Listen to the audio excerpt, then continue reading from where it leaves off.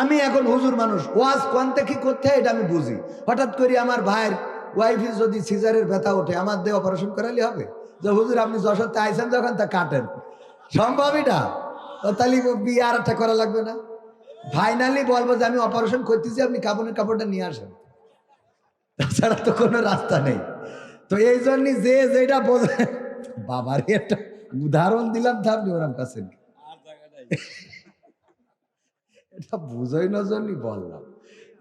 কথা বলতে গেলে একটু সহজে বুঝতে পারিছেন না? যদি দেলোয়ার ভাই থেকে অন্য মানুষের তা কথা হয়তো আপনাদের খুঁজে আনতে হতো, নিজেরটা বল, পরের তা বলে মায়ের খেয়ে লাভ আছে? নিজের মধ্যে থাক।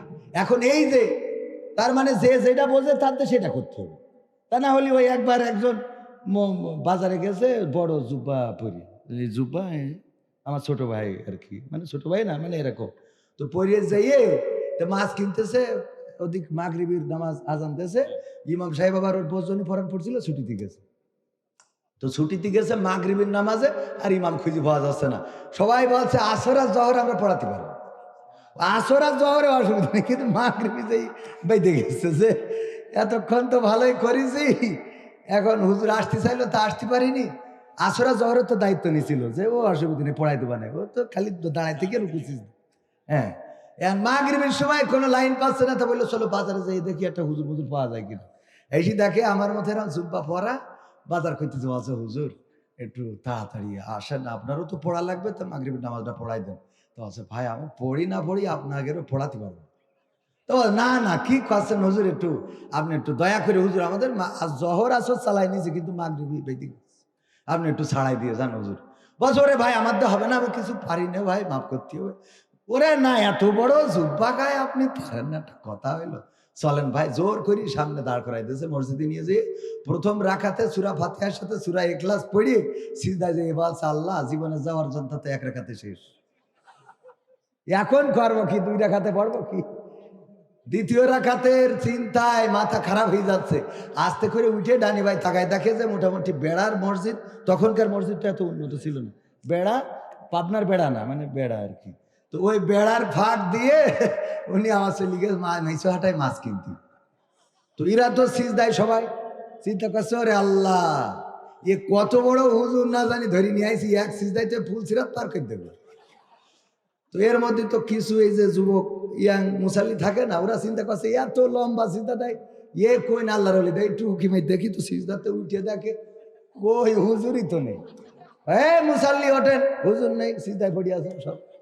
ওরা উঠে বলছে হুজুর খনে গেল খনে গেল, আচ্ছা যার সেই নামাজটা পড়ো, তারপরে নামাজ শেষ করে হুজুরের খুঁজবো।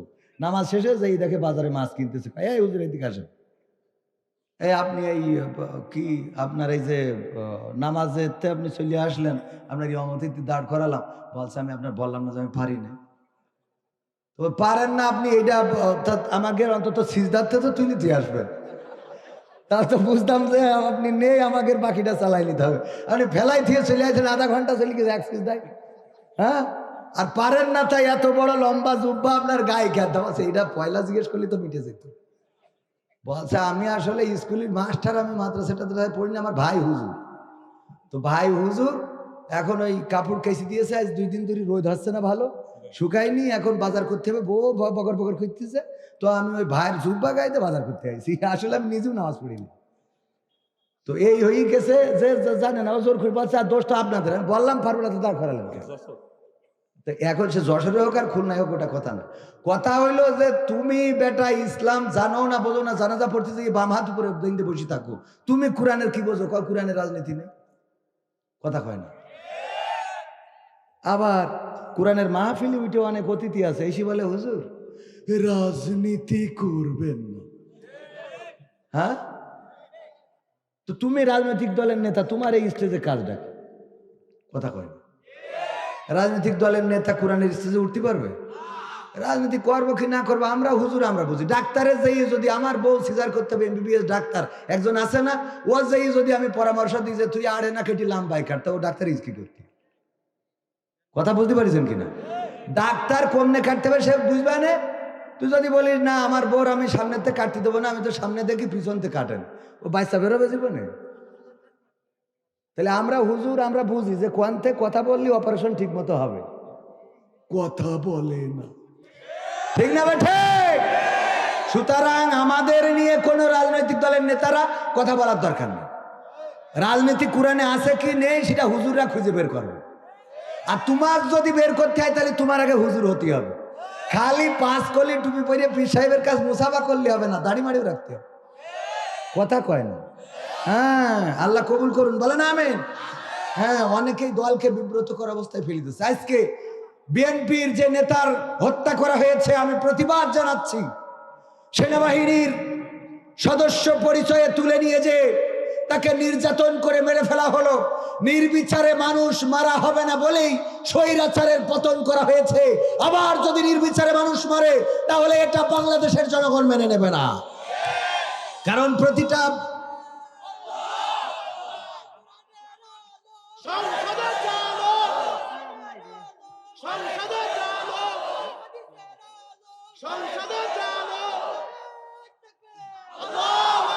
প্রতিটা মানুষের ন্যায় বিচার নিশ্চিত করতে হবে। আওয়ামী লীগ করে বলেই আপনি তার উপরে চড়াও হতে পারবেন না। বিএনপি করে বলেই তার উপরে নির্যাতন করতে পারবেন না। জামাত ইসলাম করে বলেই তাকে মামলায় দিতে পারবেন না। চরমনাই করে বলেই তাকে রিমান্ডে নিতে পারবেন না। হেফাজতে ইসলাম করে বলেই তাকে ফাঁসির কাস্টে ঝুলাতে পারবেন না। প্রতিটা মানুষের ন্যায় বিচার নিশ্চিত করতে হবে। আর তার জন্যই আমার দেশের ছাত্র জনতা রক্ত দিয়েছে, বলেন ঠিক কিনা? পাবনারও ছাত্র জনতা শহীদ হয়েছে।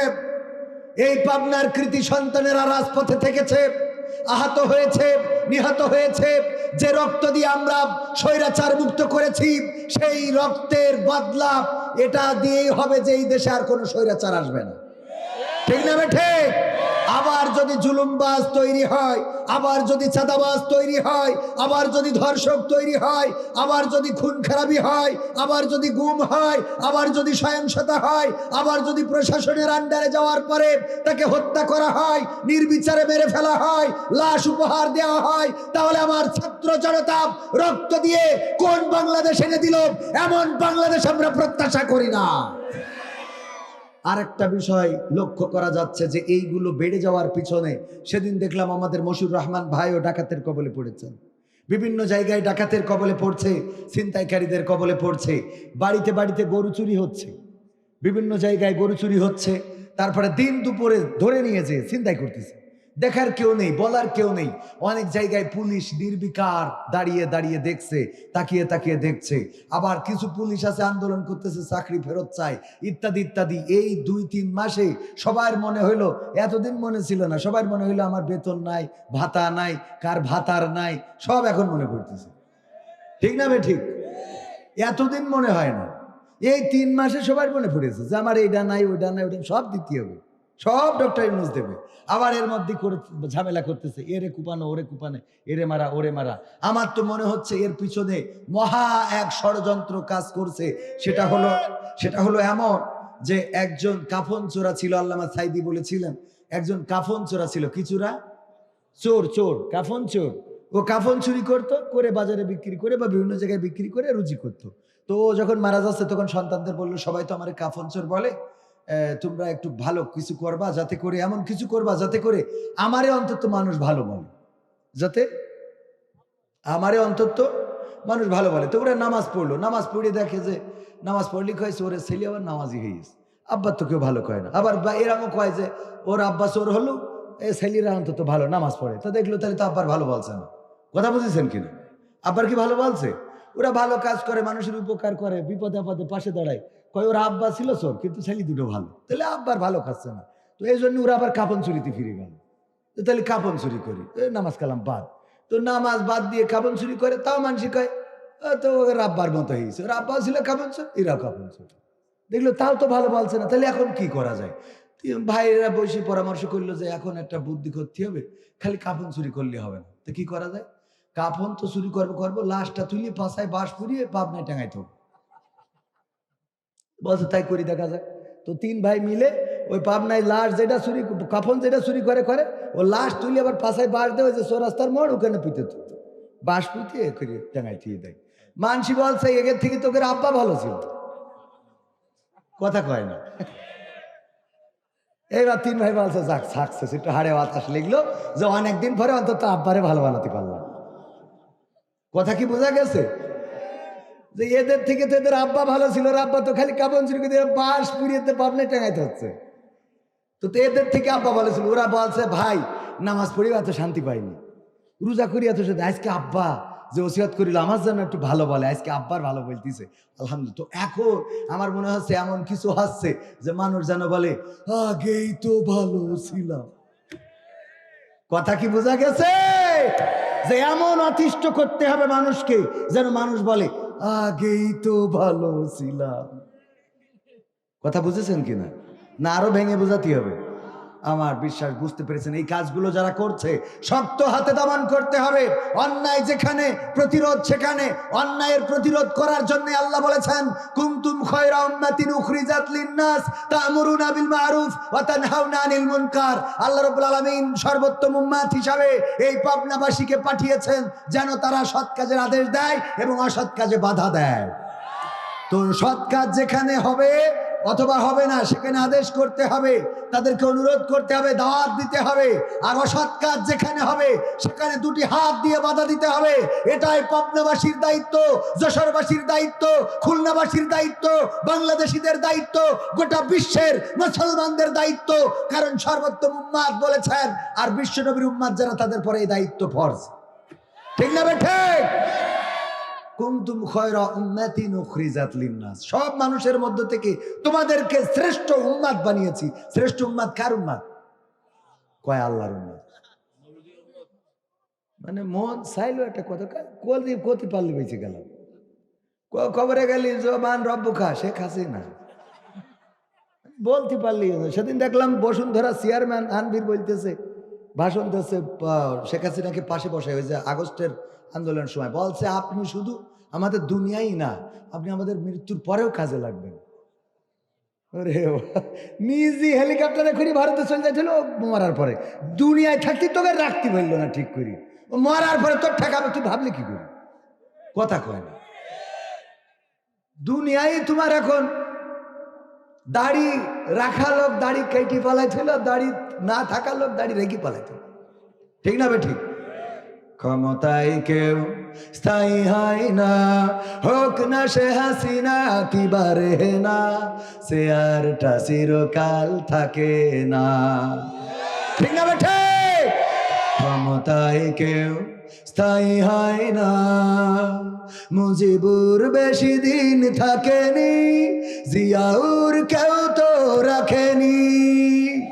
মুজিবুর বেশি দিন থাকেনি, জিয়াউর কেউ তো রাখেনি। এরশাদ চলে গেছে পৃথিবী ছেড়ে, এরশাদ চলে গেছে পৃথিবী ছেড়ে, কেউ আজ তার কথা কয় না।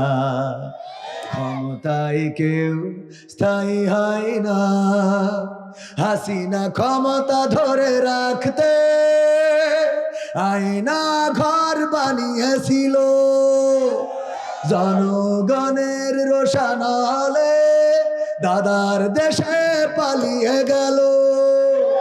হাসিনা ক্ষমতা ধরে রাখতে আয়না ঘর বানিয়েছিল, জনগণের রোশনালে দাদার দেশে পালিয়ে গেল।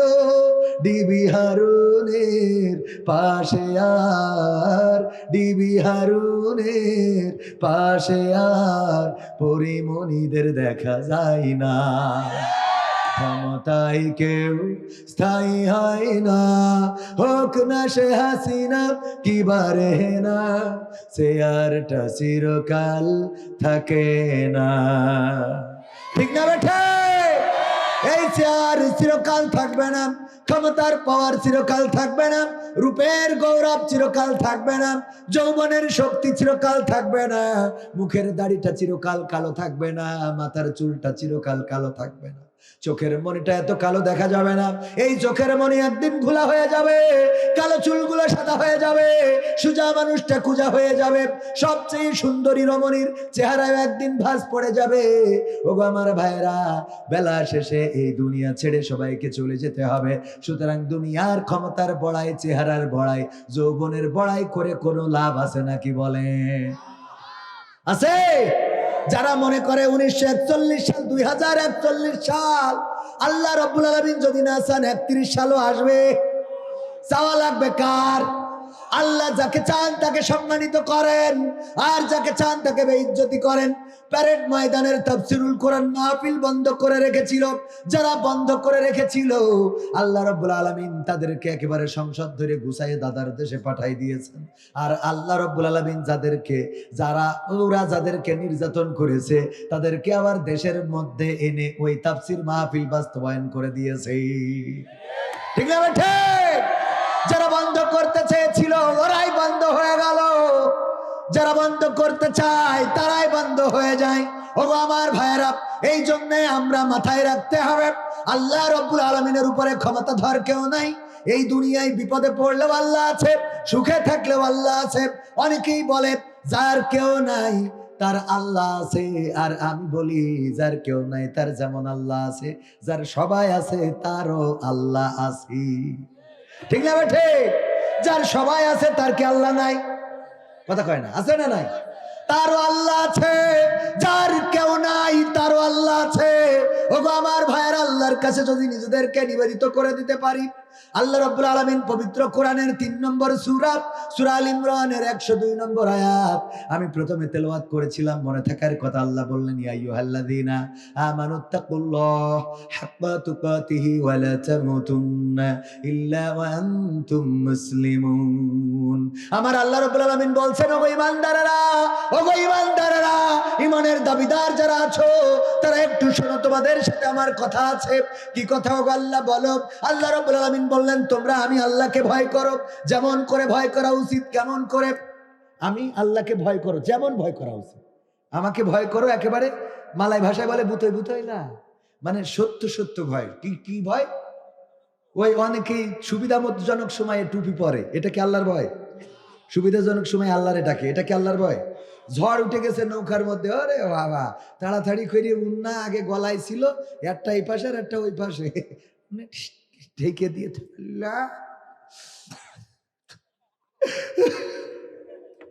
বাবা আছে না নাই? প্রেমিকা ব্যথা দিয়েছে লাইলাতুল ফেব্রুয়ারি, সিজদায় পড়ি থেকে বলে, আল্লাহ তুমি বিচার করো। আরে বাবা, মোটে মসজিদে যায় না, বউ হারায়নি তো, বেলাইন হারাইছে আর কি। লাইনেও না, লাইনে ওটা কথা কয় না, কয় আমার ওর সাথে 3 বছর ধরে লাইন চলছে। ওটা লাইন না বেলাইন? আমি কই ভুল কও কেন? কয়েছে 3 বছর ধরে বেলাইন চলছে, লাইনই নিয়ে নাও। লাইনই নিয়ে নাও মানে তাড়াতাড়ি পড়াই নাও।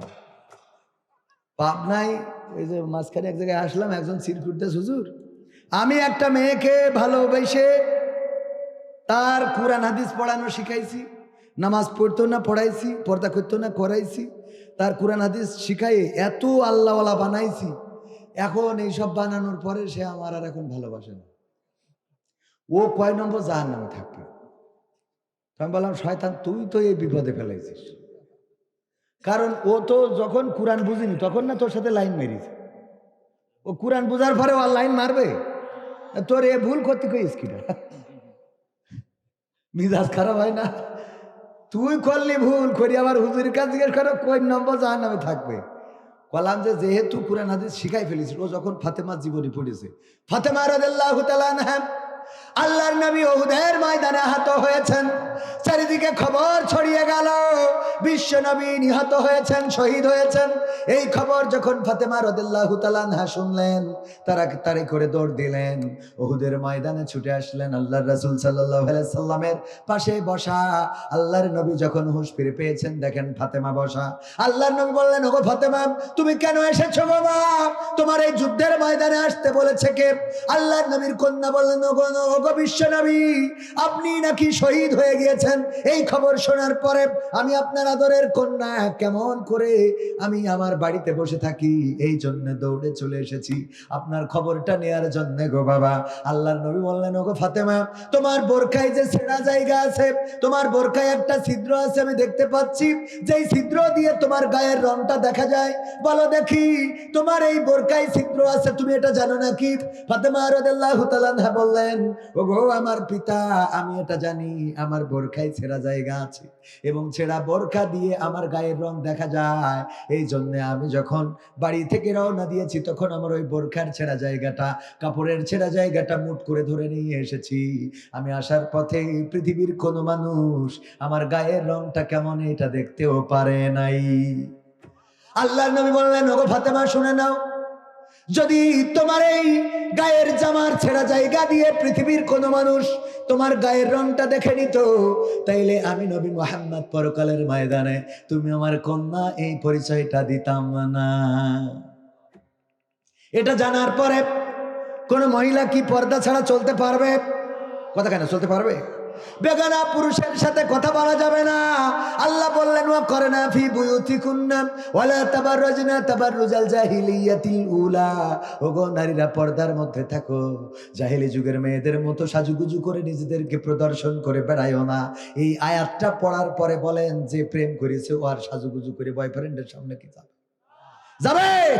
ও আর লাইলাতুল ফেব্রুয়ারি করবে না, ও আর বাইকের পিছনে চড়বে না, ও আর সাজুগুজুও করবে না। কারণ ও পড়েছে, আল্লাহ নিষেধ করেছেন যে তোমরা পর্দার মধ্যে থাকবে, সাজুগুজু করবে না। আল্লাহর কথা জানার পরে আল্লাহর প্রতি নিজেদেরকে নিবেদিত যদি কেউ করে দেয়, আল্লাহর কথা মানার দরকার আছে না নাই? আল্লাহর কথা যখন মেনে নেবে তখন তো আর প্রেম করতে পারবে না। আমি ওই যুবককে বললাম, দেখো, যেহেতু তারে কোরআন হাদিস পড়াইয়া ভালো বানাইছো, এই ভালো মানুষটারে এখনই তাড়াতাড়ি বিয়ে করে তোমার জন্য করে নাও, তা না হলে কিন্তু মজা মারবে আর একজন। ঠিক না বেঠে? আবার কেউ মনে করি না, তাইলে হুজুর আমার তো একটা লাইন মারি, ও তো ভালো নামাজ কালাম পড়ায় না, তাহলে আমি এই নিয়তে একটু করি না। তোর অত ভালো নিয়ত রাখার দরকার নেই, মেলা নামাজি আছে, ও একটা বিয়ে কর। ঠিক আছে তো বাজান? হ্যাঁ, ওর ভালো বানানোর দরকার। আল্লাহ যদি চাই নামাজ শুনাই হেদায়েত করবে, আর আল্লাহ যদি হেদায়েত না করে তো ওই নূহ নবীর বোর মতো ও হেদায়েত হবে না। এই কথা কয় না, ঠিক না বেঠে? যাই হোক, আল্লাহ বললেন আমাকে ভয় করো, যেমন ভয় করা উচিত আল্লাহকে ভয় করতে হবে। কেমন ভয়? আমি মাঝে মাঝে উদাহরণ দিতে যেয়ে বলি, কেউ যদি কোনো কোম্পানিতে চাকরি নেয় অথবা কোনো জায়গায় জব করে, চাকরি করে, সেখানে যদি বলা থাকে এখানে ধূমপান নিষেধ, আর যদি লেখা থাকে গোটা ফ্যাক্টরিটা সিসি ক্যামেরা আর আওতায় ভুক্ত, গোটা ফ্যাক্টরিটা সিসি ক্যামেরার অন্তর্ভুক্ত, আওতাভুক্ত, এই কথা যদি লেখা থাকে, আর যদি লেখা থাকে ধূমপান করিবেন না, করিলে কিন্তু চাকরি থাকিবে না, এইটা দেখার পরে বলেন দেখি, যে চাকরি করে ওর মধ্যে কি সে ধূমপান করবে? ধূমপান করার জন্য কোথায় যাবে? টয়লেটে যাবে, তাও বাইরে যাবে, টয়লেটে যাবে। সেদিন আমাদের আর তো এইভাবে ভয় করবা, তারপরে কি করবা? যতক্ষণ পর্যন্ত মুসলমান না হবা ততক্ষণ পর্যন্ত মারা যেও। আচ্ছা, মৃত্যু কি আমাদের হাতে? কার হাতে? আল্লাহর হাতে মৃত্যু। সেই আল্লাহ বলছে, মাঝে মাঝে দেখবেন কোম্পানির লোক বলে, তুমি কাজ ভালো করো, প্রমোশন করিয়ে দেব, প্রমোশন হবে ইনশাল্লাহ। হ্যাঁ, এরকম বলে না? অনেক স্যার ছাত্রকে বলে, তুমি ভালো করে পড়ো, তোমার রেজাল্টটা ভালো হবে। তো রেজাল্ট ভালো হবে, একটু নম্বরটা দুটো ধরে দিলেই হয়। কথা কয় না? কোম্পানির বস যদি বলে, তুমি তোমার পারফরমেন্স ভালো করতে থাকো, তোমার বেতন বাড়বে, বাড়বে আবার কি, বাড়াই দিলেই তো হয়। কথা কয় না? হাতে তো উনি বাড়াই দিলেই তো হয়ে যায়। তারপরেও এই কথা কেন বলে? তার মানে কাজ করতে থাকো, আরো ভালো করে করো। আল্লাহ এই কথা বললো কেন? মৃত্যু তো তার হাতে, তা মরে যাবো তো আল্লাহর হুকুমে। সুতরাং আল্লাহ আবার নিষেধ করছে, না, মৃত্যুবরণ করো না ততক্ষণ পর্যন্ত যতক্ষণ পর্যন্ত না পূর্ণ আত্মসমর্পণকারী। মুসলমান শব্দের অর্থ কি? কথা কয় না? আত্মসমর্পণকারী কার কাছে? নরেন্দ্র মোদীর কাছে। করেছে না করে নাই? যারা আল্লাহকে প্রভু মানে, আল্লাহর কাছে যারা আত্মসমর্পণ করে, যারা বলে ইন্না সলাতি ওয়া নুসুকি ওয়া মাহইয়ায়া ওয়া মামাতি লিল্লাহি রাব্বিল আলামিন, নিশ্চয় আমাদের সালাত, আমাদের কুরবানি, আমাদের জীবন, আমাদের মরণ বিশ্ব প্রতিপালক আল্লাহর জন্য। এই মানুষগুলো যখন বিপদে পড়ে তখন ডাকে কার? সাহায্য চাই কার কাছে? আল্লাহর কাছে ডাকে, আল্লাহর কাছে সাহায্য চায়। আর যারা আল্লাহর বাইরে অন্য প্রভুকে মেনে নেয়, তারা বিপদে পড়লে দাদাকে বলে যে আমি আসবো, ঠেকাবা। কথা কয় না? তারা দাদার দেশের ভিসা নিয়ে চলে যায়। যারা আল্লাহর পরে নিবেদিত হয় তারা জানে ঘরের মধ্যে আল্লাহকে ডাকলে পাওয়া যায়, উঠোনে দাঁড়িয়ে আল্লাহকে ডাকলে পাওয়া যায়, ছাদের উপরে দাঁড়িয়ে আল্লাহকে ডাকলে পাওয়া যায়, আবার মসজিদে যেয়ে ডাকলেও পাওয়া যায় না, যায় না? জেলখানায় যে ডাকলে পাওয়া যাবে না।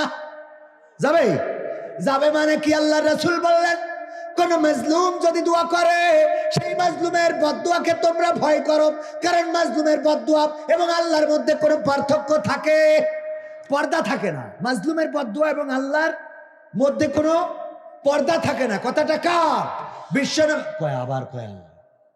বিশ্বনবী সাল্লাল্লাহু আলাইহি ওয়াসাল্লাম। সব কথা আল্লাহর না, কিছু কথা আল্লাহর, কিছু কথা রাসূলের। রাসূল যেটা বলেছেন আল্লাহর অনুমতি সাপেক্ষে বলেছেন, কিন্তু একেবারে ভাজায় ফেলবো না আমরা। আমি তো আগেই বললাম যে বিশ্বনবী বলেছেন মাজলুমের বদদোয়া আর মাঝে মাঝে একটু ওয়াজ, একটু আল্লাহ বলছে ওয়াইযা কুরিয়াল কুরআনু ফাসতামিউ লাহু ওয়া আনসিতু লাআল্লাকুম তুরহামুন। যখন তোমাদের সামনে কোরআন থেকে বলা হবে তখন তোমরা তোমাদের হৃদয়ের কান দিয়ে চুপ থেকে শুনবা। কি দিয়ে? হৃদয়ের কান দিয়ে। তা না হইলে ঝামেলা কি?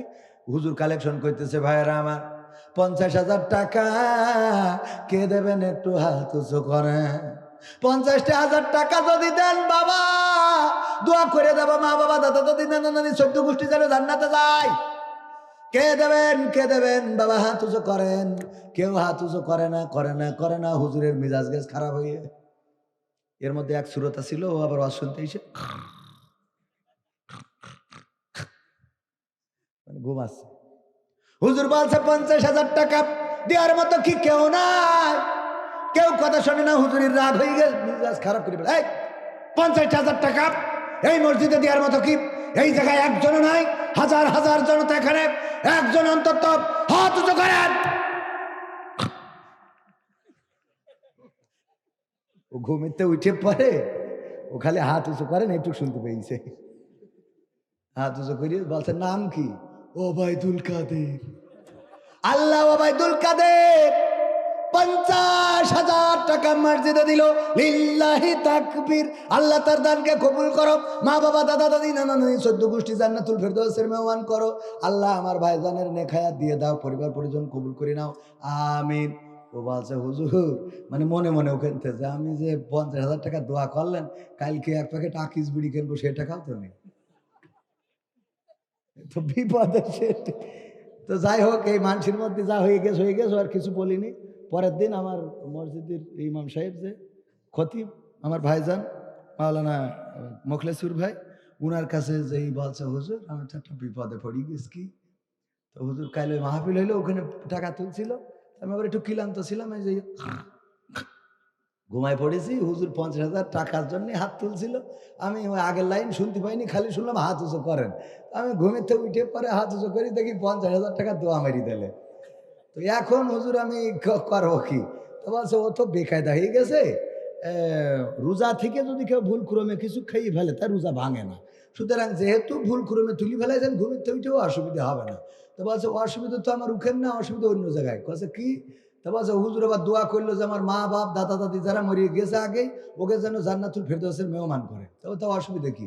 অসুবিধা হলে এখন এই 50,000 টাকা তো আমি দিতে পারবো না, তো ওকে কি ফেরত এনে বা জাহান্নামে রাখবো কিনা? ওকের আবার ফেরত এনে যদি, তা তো আমি দিতে পারলাম না। আমার বিপদে তো আমি পড়েছি, ওকেরও তো বিপদে ফেলে দিলাম। দেখছি কথা কি বোঝা গেছে? তো এই জন্য একটু হৃদয়ের কান দিয়ে কথা শুনতে হবে, তা না হলে দেখা গেল 14 গোষ্ঠী এক জায়গায় তার এক জায়গায় চলে যাবে। কথা বোঝা গেছে তো বাজার? ওগো আমার ভাইরা, সময় চলে যায়, অল্প সময় কিছু কথা শোনাই, তারপরে কিছু সঙ্গীত শোনানোর দরকার আছে না নাই? সঙ্গীত শোনাবো, যুবকরা সঙ্গীত শুনতে চায়, ঠিক কিনা? আজ এখানে আমার কমি অঙ্গনের আলেম ওলামা মাদ্রাসার ছাত্র অনেক বেশি। কমি অঙ্গনের ছাত্র মাদ্রাসার কারা কারা একটু হাত উঁচু করেন? কমি অঙ্গনের, হ্যাঁ অনেক, আলহামদুলিল্লাহ। আইনুদ্দিন আল আজাদ ভাই রাহিমাহুল্লাহ আমার সরাসরি উস্তাদ, অনেকেই জানেন। ও রে আল্লাহ, মেলা আলহামদুলিল্লাহ। আমার সরাসরি উস্তাদ কে? আইনুদ্দিন আল আজাদ রাহিমাহুল্লাহ। এই মানুষটা এতটাই উদার ছিলেন। কি হবে বেঁচে থেকে অযথা বিদ্যা শিখে, যদি না গড়তে পারি শোষণবিহীন সমাজটাকে? কি হবে বেঁচে থেকে, কি হবে ছাত্র সেজে চুমু খেয়ে সনদ খানা, যদি হয় বিদ্যালয়টা পতিতাদের আড্ডাখানা? কি হবে ছাত্র সেজে চুমু খেয়ে সনদ খানা, যদি হয় বিদ্যালয়টা সন্ত্রাসীদের আড্ডাখানা। এর চেয়ে মরাই ভালো, দেশ ছেড়ে যাওয়াই ভালো। এর চেয়ে মরাই ভালো, দেশ ছেড়ে যাওয়াই ভালো। কি হবে ধোকা দিয়ে বিবেকটাকে, কি হবে ধোকা দিয়ে বিবেকটাকে, কি হবে বেঁচে থেকে অযথা বিদ্যা শিখে যদি না গড়তে পারি শোষণবিহীন সমাজটাকে। কি হবে বেঁচে থেকে, কি হবে যুবক নামের বোঝা হয়ে এই ধরাতে, যেখানে মা বোনেরা ধর্ষিতা হয় দিনে রাতে। ধর্ষণ আছে না নাই? এই ধর্ষণ বন্ধ ততদিন হবে না যতদিন আল্লাহর জমিন আল্লাহর কোরআন কায়েম না হবে। ঠিক না বেঠে? আল্লাহর কোরআন যদি কায়েম হয়ে যায় আর কেউ যদি ধর্ষণ করে, কোরআনের আইন অনুযায়ী তার শাস্তি কি? মাজা পর্যন্ত গেড়ে দাও, তারপরে চারিদিক থেকে ইট পাথর নিক্ষেপ করে হত্যা করো। এটা যখন এই পাবনার মানুষ দেখবে আর মিডিয়ার মাধ্যমে গোটা দেশ দেখবে, স্যাটেলাইট চ্যানেল আসবে, বিটিভির বা তাবি লেবুর চ্যানেলটাও আসবে, আসার পরে যখন এইগুলো সরাসরি সম্প্রচার করবে বাংলাদেশে, এটা দেখার পরে আমার যুবকেরা লাইলাতুল ফেব্রুয়ারিতে বের হওয়া তো দূরের কথা, ওদের স্বপ্নের দোষের সময়ও ঘুম ভেঙে যাবে। ঠিক না বেঠে? কারণ মনে করবে ভুল করলি বিপদ আছে না নাই? আর লাইলাতুল ফেব্রুয়ারিতে ওকে খুঁজেই পাওয়া যাবে না। ও আমার যুবক মানুষ, কষ্ট দিয়েন না তো। আমার গা ঘামলি কোনো আসেনি কিন্তু করে আমি, হ্যাঁ দেবে বাতাস দেবে, হ্যাঁ সব শোনাবো। হুজুর প্রবাসীদের নিয়ে গজলটা শোনাবেন প্লিজ, প্লিজ। পয়রসি লয়রসি সব প্লিজ, প্লিজ আমার ভুল হয়েছে, ক্ষমা করে দেন প্লিজ। যাই হোক, আসলে শুনতে রাজি আছেন আপনারা? শেষ পর্যন্ত কি থাকা যাবে? কারা কারা থাকবেন হাত দেখতে চাই। নারায়ে তাকবীর, লিল্লাহি তাকবীর। আল কোরআনের আলো, আল হাদিসের আলো, আমার নেতা তোমার নেতা। নারায়ে তাকবীর। ওগো আমার ভাইয়েরা, কোরআনের এই মাহফিল আলহামদুলিল্লাহ অন্যান্য জায়গায় অনেক বক্তা বলছেন 5 তারিখের পরে এখন মাহফিলে তেমন শ্রোতা পাওয়া যায় না, কিন্তু আলহামদুলিল্লাহ আমি অধম গুনাহগার যেখানেই যাই আলহামদুলিল্লাহ সন্তুষ্টজনক শ্রোতা আমাদের ভাইয়েরা আসছেন। আমি বলি শ্রোতা আসতে হবে অবশ্যই, অন্তত একটু মানার নিয়তে আসতে হবে। ঠিক না ভাই? ঠিক। খালি শুধু দেখার নিয়তে আসলে হবে না। এখন অনেকেই ওয়াজ শুনতে আসে না, ওয়াজ দেখতে আসে। ঠিক না বেঠে? হুজুর আপনাকে ইউটিপিতে দেখেছিলাম, একটু সরাসরি দেখার জন্য এসেছি, দুটো সেলফি তুলে বাড়ি যাই। ঠিক না বেঠে? হয়ে গেছে 3টা সেলফি তুলে নিয়ে ভাই জান করে, কয় ভাই আইলাম একটু সেলফি তুলা। ভাইরা আমার এই করা যাবে না।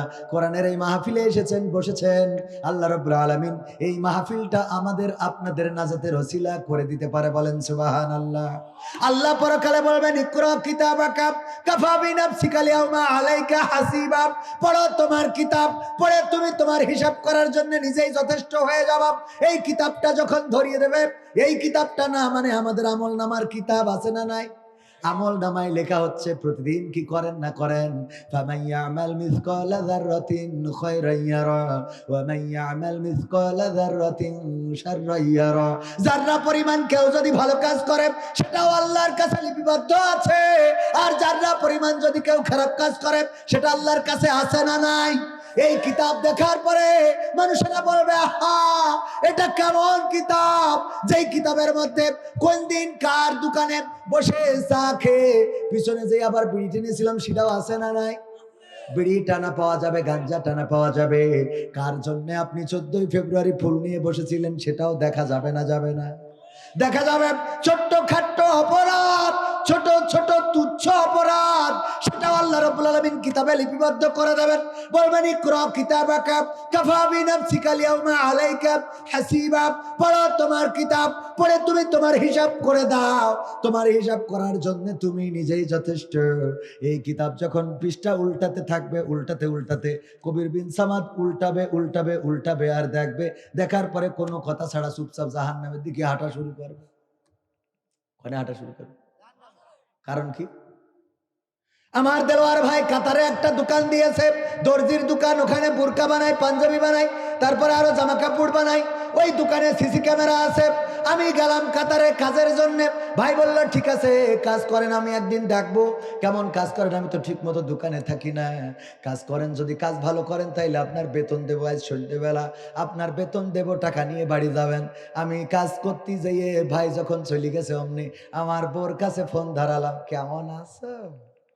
হ্যাঁ, কাতারে এসে খালি তোমাকে মনে পড়ে, তুমি পাশে থাকলে নদী সাঁতরে আমরা চলে যেতে পারতাম সাগর সমুদ্রের মধ্যে। ওরে পাম, ও পাশে থাকলে সাঁতার জানে না, নদী সাঁতরে সাগরে যাবে। আমি সাগরের ঢেউ থামাবো শুধু ভালোবাসা দিয়ে, আমি পাথরে ফুল ফোটাবো শুধু ভালোবাসা দিয়ে। আছে না নাই? অথচ বাড়ি একটা গোলাপ গাছ লাগাইলো, ফুল হওয়া তো দূর কথা, ছাগলে খেয়ে গেছে। গোলাপ গাছ একটা বাড়ি লাগাইছে, ফুল হওয়া দূর কথা, ওটা ছাগলে খেয়েছে। ওইটা ঠিক রাখতে পাথরে ফুল ফুটেছে। কত বড় খারাপের খারাপ। সাগরের ঢেউ থামাবে ভালোবাসা দিয়ে। তো কক্সবাজারে যাই তোর একটু 2 মাইল দূরে ছেড়ে দিয়ে আসো, দেখি দেখ তুই কি রাম ঢেউ থামাতে পারিস? কথা কয় না মেয়ে মানুষ খালি মাথা ঠিকঠাক। তুমি এসেছ বলে আকাশটা এত নীল। এতদিন হইলতেছিল, ও এসেতে আকাশ নীল হয়ে গেছে। পা মারার জায়গা খুঁজে পাই। তুমি পাশে থাকলে আমি চাঁদের দেশে বাড়ি বানাবো। আরে বাবা, চাঁদ ভারতে যেতে পারে না, বর্ডার ক্রস কিনে চাঁদের দেশে যাচ্ছে। শয়তান কোথাকার, পাম মারার সময় খুঁজে পাই না এসব পাম। যাই হোক ভাইরা আমার, তাইলে কি বলছিলাম? হ্যাঁ, কনে ছিলাম, কনতে কনে চলে গেছি। কনে ছিলাম? কয় কাতারে ছিলাম। ও হ্যাঁ, কাতারে ছিলাম, ঠিক আছে। ও শ্রোতারা মন দিয়ে শুনছে। ওই যে সিসি ক্যামেরা লাগানো, উনি চলে গেছে। সন্ধ্যা পর্যন্ত ফোন লাগালাম, বাড়ি কথা বললাম, বউয়ের সাথে, মায়ের সাথে, ভাইয়ের সাথে, ডার্লিংয়ের সাথে, গার্লফ্রেন্ডের সাথে, সবার সাথে কথা বললাম। সন্ধ্যাবেলা উনি আসলো। উনি আবার ফোনে যে সিসিটিভি দেখে আমরা জানি না, মানে আমি জানি না যে ফোনে আবার দেখা যায় না, যায় না। এখন কিন্তু বিজ্ঞান বেড়ে যাওয়ার কারণে আমাদের বুঝতে সহজ। উনি ফোনে দেখতেছে যে ওরে বাবা কবির বিন সামাদ, ও কিন্তু ফোনে কথা বলতেছে। যখনই ক্লিক করতেছে দেখে ফোনে ওই যে ভিডিও দেখা যাচ্ছে না। সন্ধ্যাবেলা উনি এসে বললো যে ঠিক আছে, কেমন কাজ করিস? কলাম কাজ করিস মানে কি, একেবারে ফাটাই ফেলেছি। বলছে অসুবিধা নেই, আমার তো ভিডিও আছে, এখানে আমি প্লে করে দিচ্ছি সকাল থেকে সন্ধ্যে পর্যন্ত কতটুকু কাজ করিয়েছো, তোমার সেই অনুযায়ী বেতন দেওয়া হবে, নিয়ে বাড়ি যাবা। ও লাগাই দিলি, আমি আর ওখানে দাঁড়াবো? কথা কয় না, দাঁড়াবো? পরে দেলোয়ার ভাই ফোন দিয়েছে, হ্যালো, এই হ্যালো কবির বিন সামাদ, কোথায় আপনি? বেতন দেবো। বেতন লাগবে না, ঠিক না ভাই? ঠিক তো। আল্লাহ যখন এই কিতাব ধরাই দেবে, ইকরা কিতাবাকা কাফা বিনাফসিকা আল-ইয়াওমা আলাইকা হাসিবা, আমার মন বলে এই পড়ি, পরে জাহান্নামের দিকে দৌড় ধরা লাগবে। কেন লাগবে? কারণ কিতাবে দেখবো যে সব লিখা, কবে কার বেড়া ভাঙিয়েছি, কবে কার সাথে গল্প মারিছি, কবে কার কাটি করেছি, কবে কার জেলে ভরেছি, রিমান্ডে দিছি, কোন মেয়ের আমি বিয়ের আগে তার তেস মারিছি, সব এতে আছে না নাই? কথা কয় না। এইগুলো যখন সব কিতাবে দেখবে, ও দেখার পরে ও কোনো কথা ছাড়া ও একা একা জানে ওইদিকে হাঁটতে শুরু করে। কবে আল্লাহ কবে ওদিক যাই, কবে আল্লাহ আমার দেখা শেষ, পড়াও শেষ, সব মুখস্থ থেকে আমি যাচ্ছি। আর কিছু লোক আছে একটু সিটারি করবে, কিছু লোক আছে সিটারি করবে, এটা বোঝা গেছে।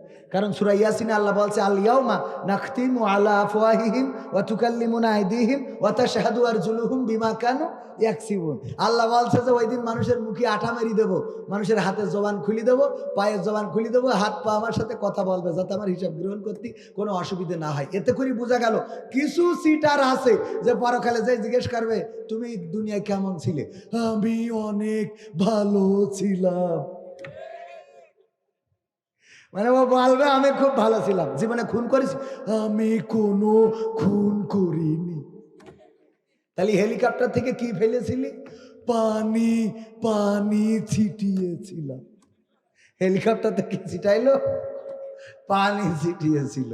তো এই তখন আল্লাহ বলবে ঠিক আছে, তাহলে তোর মুখে আলিয়ামা নাখতিমু আলা আফওয়াহিহিম ওয়া তুকাল্লিমুনা আইদিহিম। আল্লাহ আটা মারিয়ে দেবে, দিয়ে বলবে হাত তুই কবে আল্লাহ এই ওবায়দুল কাদের এই হাত দিয়ে স্বাক্ষর করিয়ে বন্দুকি যতগুলি আছে ফায়ার কর, হাত বলি দেবে। পা বলবে কথা সত্য, কারণ আমার ঠ্যাঙ্গে দাঁড়াইছিল। চোখ বলবে আমি নিজে সাক্ষী, ও আমার এর মধ্যে আবার আরেকটা চশমা লাগাই তারপর স্বাক্ষর করিয়েছে। কথা কয় না, এটা আমার কথা না, কোরআনের কথা। যদি ভুল বলে আসেন যে হুজুর, হুজুর তা আছে বড় হুজুর, ভাই বলেন আপনি তো চরমনার হুজুর, তাও বলেন ঠিক বলিস না ভাই, বলেন ঠিক বলিস। হ্যাঁ, তাহলে তাহলে চরমনা আর হুজুর যেহেতু বলিস ঠিক, তাহলে তার কোনো সন্দেহ নেই, কথা কয় না। হ্যাঁ আলহামদুলিল্লাহ বলেন, আলহামদুলিল্লাহ। আইনুদ্দিন আজাদ ভাইয়ের গান তো সে অর্ধেক ঠিক এদিক চলে আইসি, ওদিকেও তো জাতীয় ব্যাপার। আবার সে কোরআনের একটা আয়াত নিয়ে আলোচনা, আমি মোটে পারিনি, তাও একটা আয়াত নিয়ে একটু আলোচনা করতে চাই, তাও করে ঠিক করতে পারি না। তাহলে কিরাম বক্তা এ কি চলে? তারপরে 50,000 টাকাতে নিয়ে আসে, কি দেখি নিয়ে আসবে। আল্লাহ মাফ করুক, বলেন আমিন। আল্লাহ যেন বলার তৌফিক দেন, বলেন আমিন। আল্লাহ যেন অহংকার দূর করে দেন, এই পৃথিবীর কোনো অহংকার কাজে লাগবে না। শেখ হাসিনা এখন বুঝতে পারছে চেয়ারের দামটা কি, আর এই চেয়ারে বসে অহংকার করে লাভ নাই। কারণ ওই চেয়ারে বসে বলেছিল টুস করে পদ্মায় ফেলে দেওয়ার দরকার, যেই দুইজনকে ফেলতে চেয়েছিল আল্লাহ সেই দুইজনকে সম্মান দিয়েছে না দেয় নাই? আর যে ফেলতে চেয়েছিল সেই এখন চেয়ারের মালিক না, বরং যেই দেশটা তার বাবার এনে দিয়া সেই দেশে পর্যন্ত থাকার জায়গা হলো। থাকার জায়গা কি হয়েছে? না, হয় না। সুতরাং আল্লাহর কাছে যদি আমরা আমাদেরকে সমর্পণ করে দিতে পারি, ইন্না সলাতি ওয়া নুসুকি ওয়া মাহইয়ায়া ওয়া মামাতি লিল্লাহি রাব্বিল আলামিন, আমরা যদি বলতে পারি ও আল্লাহ আমাদের নামাজ, আমাদের কুরবানি, আমাদের জীবন, আমাদের মরণ সবকিছু তোমার জন্য, এই কথা যখন কোনো বান্দা বলে ফেলে তখন তাদের আর দাদার প্রয়োজন হয় না, তাদের আর আমেরিকা লাগে না, তাদের আর লন্ডন লাগে না, তাদের আর বাইরের কোনো রাষ্ট্র লাগে না। তারা জানে এই দেশে আল্লাহ আছে, আবার অন্য দেশে গেলেও আল্লাহ আছে না নাই। আর যারা আল্লাহর কাছে নিজেদেরকে আত্মসমর্পণ করে না, তারা চিন্তা করে এই দেশ থেকে দাদার দেশে যাওয়া লাগবে, কারণ দাদা ছাড়া আমাদের কোনো প্রভু নাই। ঠিক না ঠিক? মিলাই নেন, যদি ঠিক না হয় তাহলে এই দেশে মরি মারবো, এই দেশের মাটিতে মারবো, বাঁচি বাঁচবো এই দেশের মাটিতে বাঁচবো। সিদ্ধান্ত এমন হওয়া উচিত না? দেশপ্রেমিক যারা, মুক্তিযোদ্ধার পক্ষের শক্তি যারা, যারা এই দেশ এনেছে, স্বাধীনতা এনেছে দাবি করে, সেই মানুষগুলো এখন সব পলাতক। আবার মাঝে মাঝে সংসদ ধরে চলে গেল, আর চায়ের দোকানে বিড়ি টানে আর বলে আমরা ঘুরে দাঁড়াবো। ঘুরে দাঁড়াবি, তোদের বড় বড় লিডার তো সব বাইরে, তুই চার দোকানে বসে বিড়ি টানা মুসাল্লি, তুই আবার ঘুরে দাঁড়ানোর স্বপ্ন দেখিস, কাটি তো খোলা দরকার, কথা কয় না? ঘুরে দাঁড়াবি। বিএনপিরা নির্বাচন করি পাগল হয়ে যাচ্ছে, আর আওয়ামী লীগরা আবার ফেব্রুয়ারি মাস হরতাল, অবরোধ, এই সেই ইত্যাদি ইত্যাদি। আরে বাবা 16 বছর আরাম করে গেছিস, অন্তত 16টা মাস ঠান্ডা থাক, কথা কয় না? অন্তত 16টা মাস। আবার বিএনপি ভাইদের বলবো যে 16 বছর নির্বাচন ছাড়া থাকা গেছে, তা 16টা মাস একটু ওয়েট করা যায় না, কথা কয় না? তা না, এখনই নির্বাচন দিতে হবে। কেন এখনই দিতে হবে? কেন 16 বছর ধরে ভোট দিতে গেছিল আমার চাচা, কিরা জন্য এনতে চাচা ভোট দিতে গেছে, বাবা আমার নাম্বারটা দেখে দাও তো, ভোটটা দেব। তো বলছে চাচা আপনার ভোট তো দেয়া হয়ে গেছে। বলছে দিয়া হয়ে গেছে বাজান? কখন দিয়েছো বাজান? আমি তো আসলাম। তো বলছে যে আপনি রওনা দিয়েছেন কখন?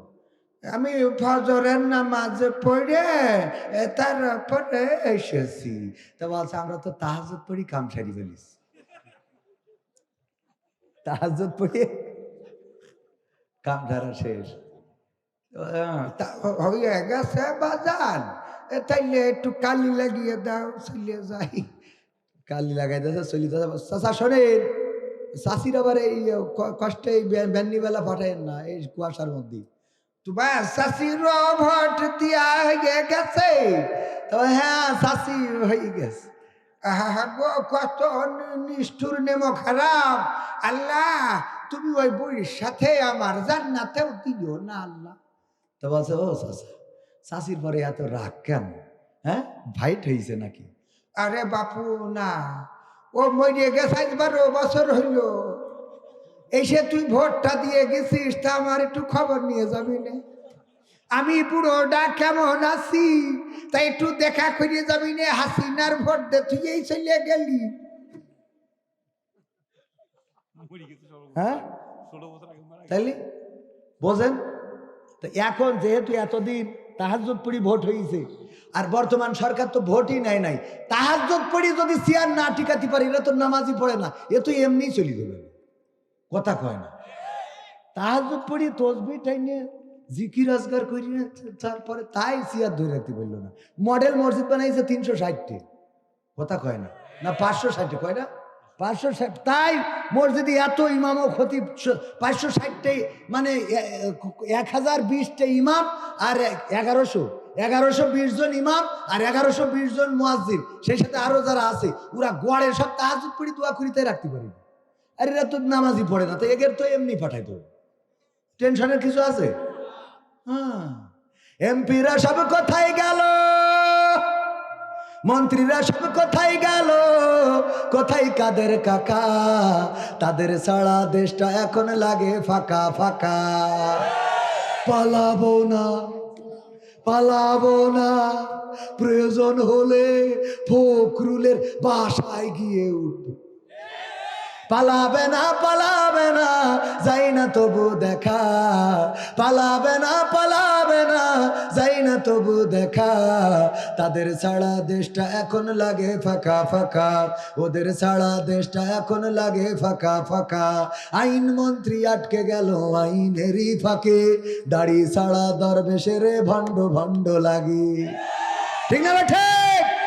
আইন মন্ত্রী আটকে গেল আইনেরই ফাঁকে, দাড়ি ছাড়া দরবেশের ভণ্ড ভণ্ড লাগে।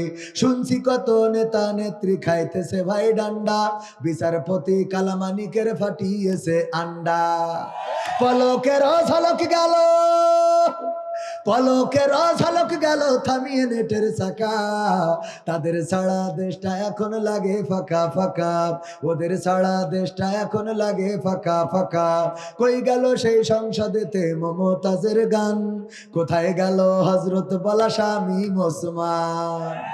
কই গেল সেই সংসদেতে মমতাজের গান, কোথায় গেল হযরত বলা শামীম ওসমান।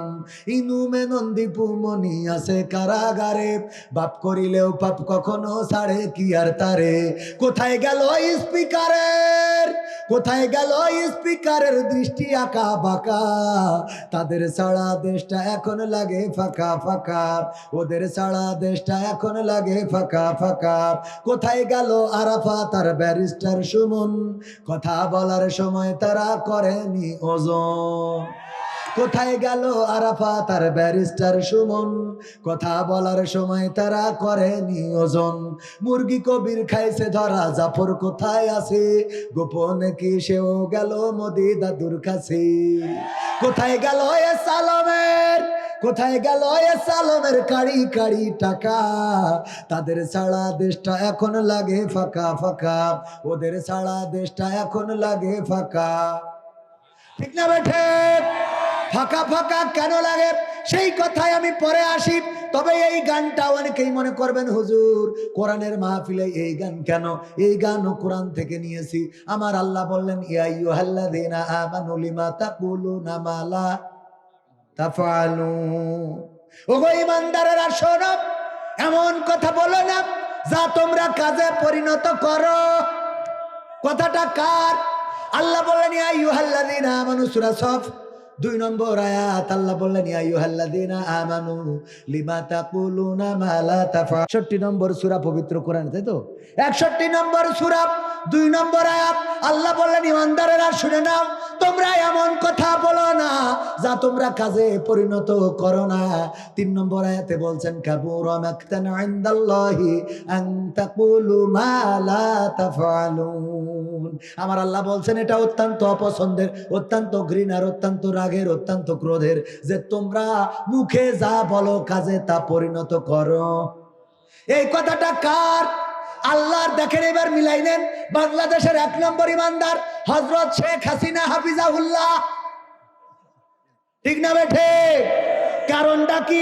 এই পরিবারটা ছিল ইসলাম প্রচারের জন্য, এই বাংলাদেশে এসেছিল, দিন প্রচারের জন্য এসেছিল। সেই পরিবারের একজন সন্তান সকালবেলা উঠে আগে চাই নামাজ খোঁজে, ফজরের নামাজ পড়ে, তারপরে কোরআন তেলাওয়াত করে দিনের শুরু করে। এমন আল্লাহওয়ালা বলেন বাংলার জমিনে এইরাম আল্লাহওয়ালা খুব বেশি পাওয়া যায় নাকি? কথা কয় না? পাওয়া যায়। আগে উঠে যায় নামাজ, তারপরে ফজরের নামাজ এই পড়ে দিনের শুরু করে। 560 মডেল মসজিদ বানাইলো হুজুরদের পক্ষে, হুজুররা যেন কষ্ট না পায়, হুজুরদের যেন খাওয়া নিয়ে চিন্তা করা না লাগে, ইমামতি করে খাতি হয়, সব ধরি ধরি জেলখানায় বসায় বসায় খাওয়াইলো। 3 বেলা। হ্যাঁ, তোরা খা, আরামসে খা। খাওয়াইলো এই আল্লাহওয়ালা 1 নম্বর ইমানদার। সে বলল হাসিনা পালায়নি। পালাইস না পালায় না, তাহলে সে কোরআনের কথা মানলো। 2 নম্বর আল্লাহওয়ালা হযরত মাওলানা শাহ শামীম ওসমান হাফিজাহুল্লাহ 80-90 রাকাত তাহাজ্জুদ না পড়ে ঘুমায় না। এখানে আমি যদি জিজ্ঞেস করি 80-90 রাকাত এই মাসের মধ্যে তাহাজ্জুদ পড়েছেন কিটা, হাত তোলেন। একজনও পাওয়া যাবে না। আমি তো নেতা বলে আপনারা কি ঠিক না বেঠে? তাহলে 2 নম্বর আল্লাহওয়ালা হযরত শামীম ওসমান হাফিজাহুল্লাহ এই আল্লাহর ওলিও বলল খেলা হবে, খেলা হবে। বলিস না, বলে আসো খেলবো, আসো খেলবো, সেও শেষ। তাহলে ও কথার সাথে কাজের মিল রেখেছে। 3 নম্বর ইমানদার আল্লাহওয়ালা ওবায়দুল কাদের চৌধুরী হাফিজাহুল্লাহ এই আল্লাহর ওলি বলল পালাবো না, প্রয়োজন হলে ফখরুলের বাসায় গিয়ে উঠবো, ঠাকুরগাঁওয়ে বাসা আছে না। আমি ঠাকুরগাঁও জিজ্ঞেস করলাম, বলছে না আসিনি। তাহলে ও কোরআনের কথার সাথে ওর কাজের মিল আছে। আল্লাহ বললো ইয়াই আল্লাযিনা আমানু লিমা তাকুলুনা মা লা তাফআলুন। তাহলে তুই ঠাকুরগাঁও যাবি না, তো তুই এটা কবি না আমাদের সাথে? তুই বললি পালাবো না, ঠাকুরগাঁও যাবো, আমরা তো পরে খুঁজলাম পালাম না, শুনলাম যশোর তো চলে গিয়েছিস। তাহলে কোরআনের আয়াত তরক করিস না, কথা কয় না। এইভাবে আরো শোনাতে পারবো। আমার নিষিদ্ধ ঘোষিত ছাত্রলীগ, এখন বর্তমান ছাত্রলীগের ভাইয়েরা বললো আমরা মুতি দেবো, বানের পানির মতো ভেসে যাবো। বলিস না, বলে নাই? আমি বললাম অত বানের পানির মতো দরকার নেই, তুই আমার স্যালোর এখানে এসে একটু মুতি একটা ক্ষেত ভিজে দিন, আমি একটু দেখি তোদের ম্যাশিংয়ে কত পানি আছে। কথা কয় না। তাহলে কথার সাথে কাজের মিল রেখেছে? কথা কিন্তু একটারও কাজের মিল নেই। আবার আমি কলি এই কোরআনের কথার বাইরে বললাম, বলেন?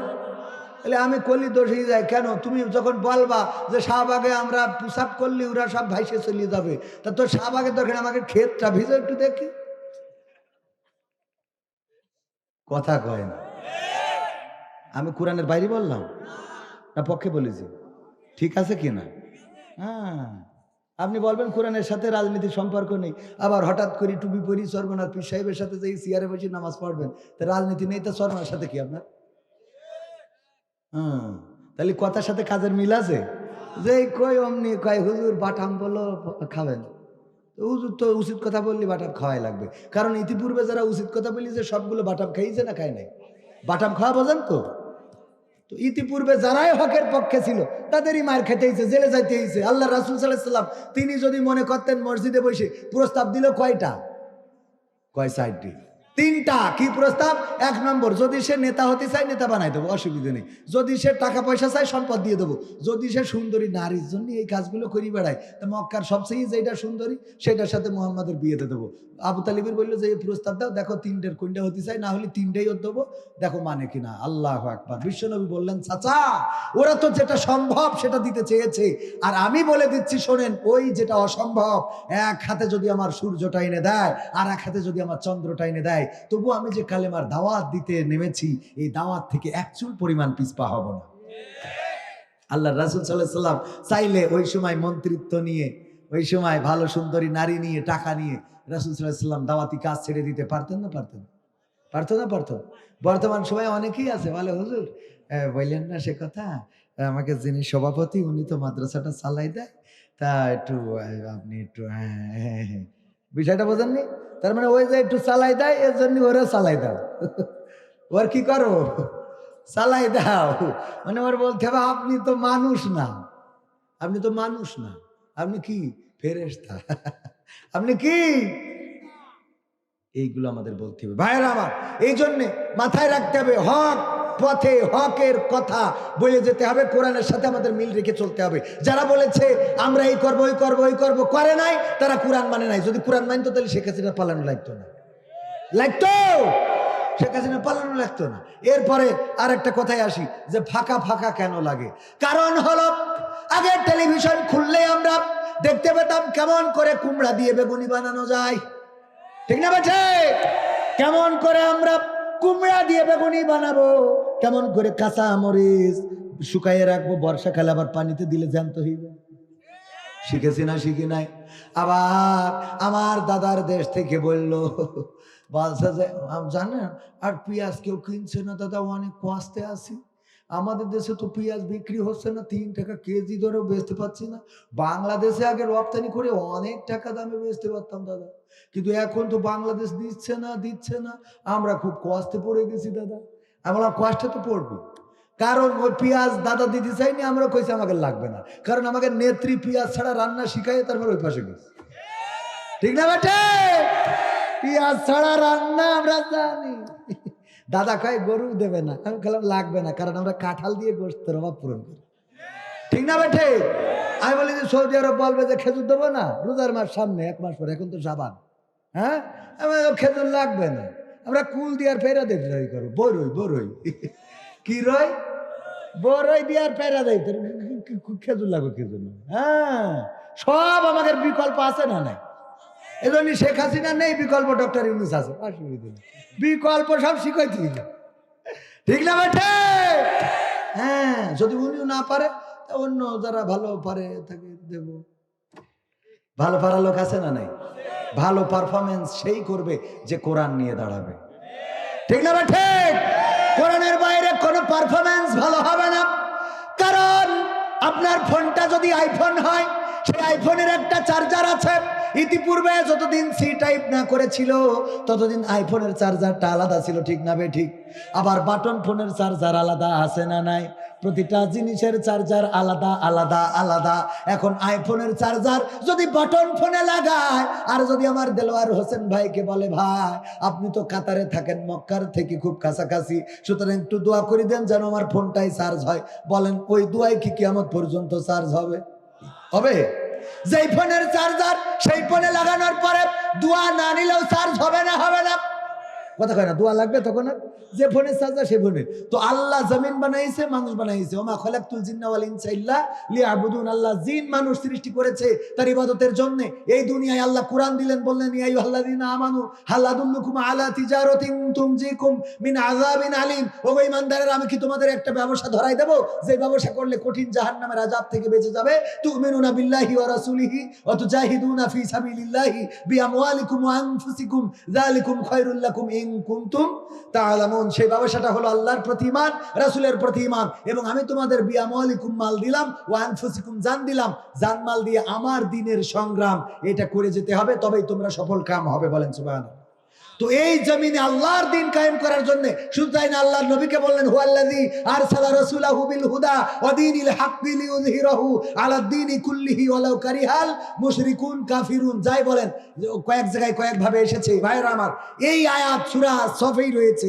আল্লাহ রাব্বুল আলামিন বললেন, ওগো রাসূল, আমি আপনাকে দ্বীনে হক এবং হেদায়েত সহকারে পাঠালাম যেন আপনি কি করেন, সব মতাদর্শের উপরে আমার দ্বীনকে বিজয়ী করে দেখান। বলেন সুবহানাল্লাহ। তো আল্লাহর দ্বীন বিজয়ী করার জন্য আল্লাহ দিয়েছেন কোরআন।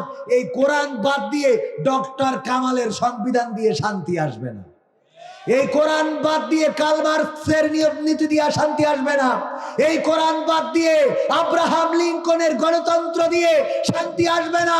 আল্লাহর কোরআন যেদিন বাংলার জমিনে কায়েম করে দিতে পারবেন, সেই দিন এই দেশে খুন হবে না, ধর্ষণ হবে না, চুরি হবে না, ছিনতাই হবে না, গুম হবে না, সহিংসতা হবে না, রাহাজানি হবে না, কোন মানুষের পরে নির্যাতন করবে না, জুলুম হবে না। আল্লাহর কোরআন ছাড়া এইগুলো বন্ধ করা সম্ভব হবে না।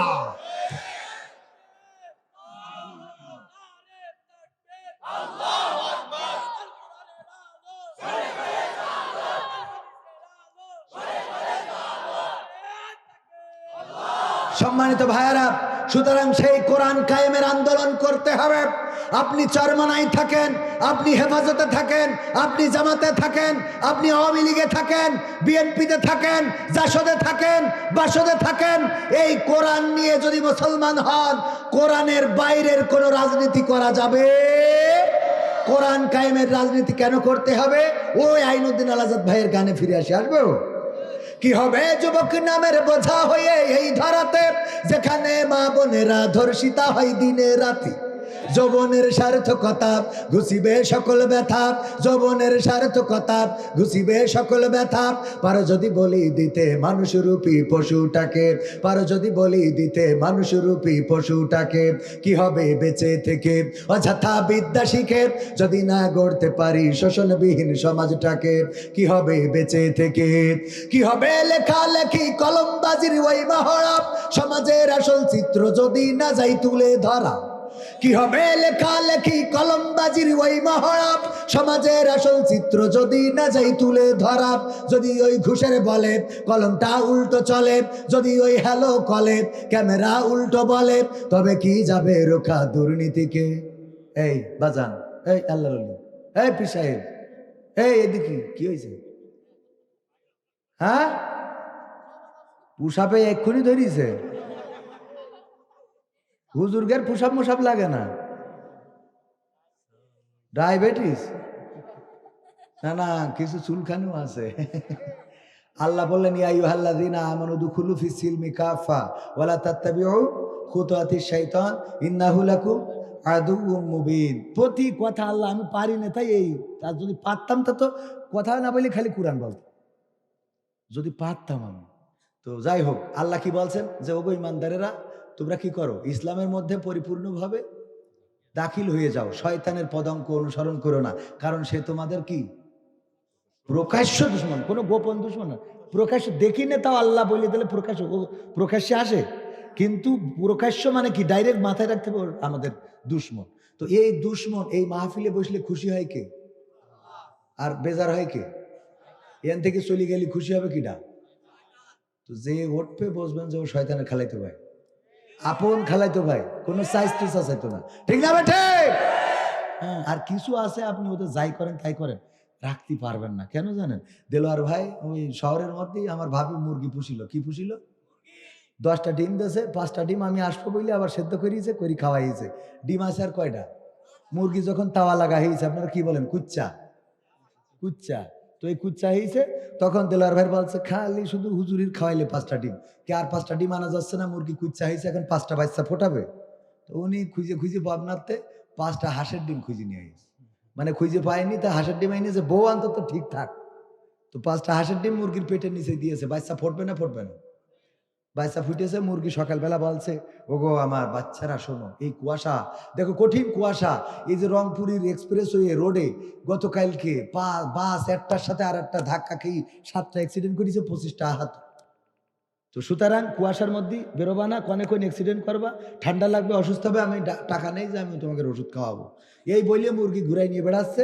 যে 5টা মুরগির বাচ্চা ওরা মুরগির কাছে থাকছে, কিন্তু যে 5টা হাঁসের বাচ্চা পড়ি পড়ি ওই যদি কাদা পানি ওই মুখে যাচ্ছে।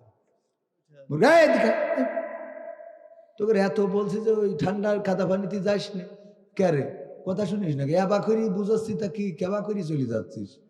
তা বলছে বুঝাই সুঝাই দিলে যে দেখ দূরে যদি যাস উপরে কিন্তু ইসরায়েল আছে, নিয়ে যাবেন খোপাম করি। তো সুতরাং আমার কাছে কাছে থাক, এই বইলে নিয়ে বেড়াচ্ছে। পয়সা টিউবকলের পার, টিউবকলের ওখানে পচা কাদা পানি থাকে না, মুরগির বাচ্চা তো কাদা পানি দেখে এদিক সরিয়ে গেছে, হাঁসের 5টা বাচ্চা ওই নিয়ে যাইয়ে কিলি বিল্লি কিল। বাপ, পুরো মানে মনে হচ্ছে আগামীকাল মনে হয় ঈদুল আজহা। মুরগি বলছে আমার বোঝা শেষ। কি বোঝা শেষ? এই যে 5টা আমার কাছে আছে, এই 5টা আমার, আর তোরা 5টা পেজাম। তোকে যদি জন্মের ঠিক থাকতো তো কাদা পানি মাখিস, আমি এত করে বলতেছি, তোরা তো আমার জাতেরই না। বিষয়টা বোঝেন না? তা যদি জাতের হতিস তা এখান তো চলি যাস কি বুঝলি? তোর স্বামী এনার নিচে থাকলে আছে সোয়াব, গুনাহ মাফ হয়, কথা শুনছিস কোরআনের, এরপরে যদি এ জায়গা ভালো না লাগে তা তুই তো হাঁসের বাচ্চা, কথা কয় না। এখন কি বোঝা গেছ তো? ঠিক আছে। তুই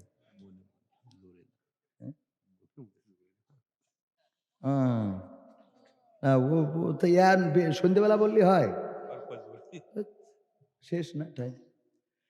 ওগো আমার ভাইরা, সুতরাং আমরা যদি আলোচনা আজাদ ভাইয়ের গানটা শেষ করি, আমি আগামী বছর মাহফিল করব ডাইরেক্ট এই দিয়ে, এই যে একেবারে চিরকুট দেওয়া থাকবে, ওতে লেখা থাকবে যে কি কি করব, কি কি করবো।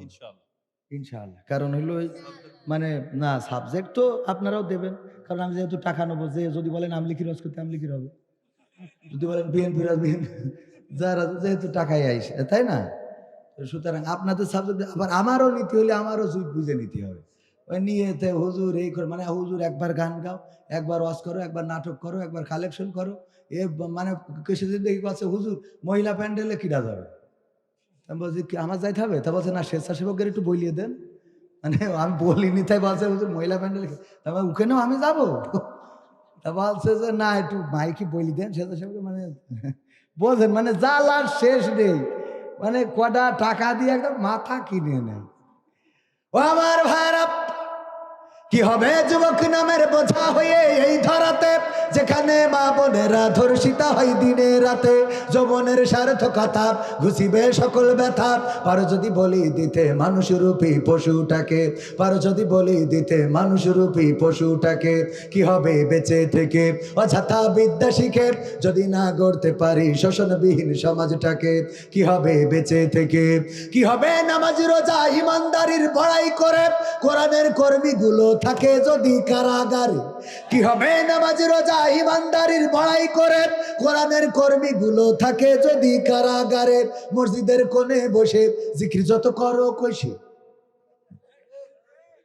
আছে না নাই? আছে। আবার জিকিরের কোনো আপডেট হয়েছে, আপডেট জানেন?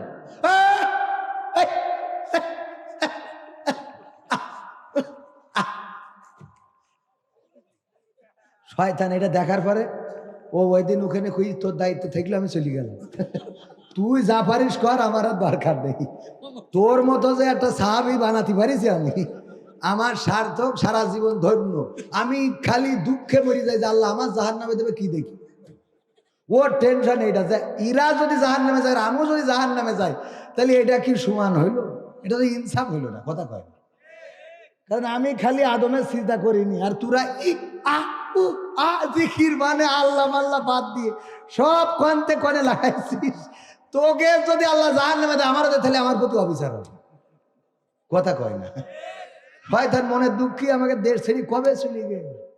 ইরা যখন আসে আমার আর দরকার নেই, আমি চলে গেলাম, তুই এখানকার প্রতিনিধি খলিফা, ঠিক না বেঠে?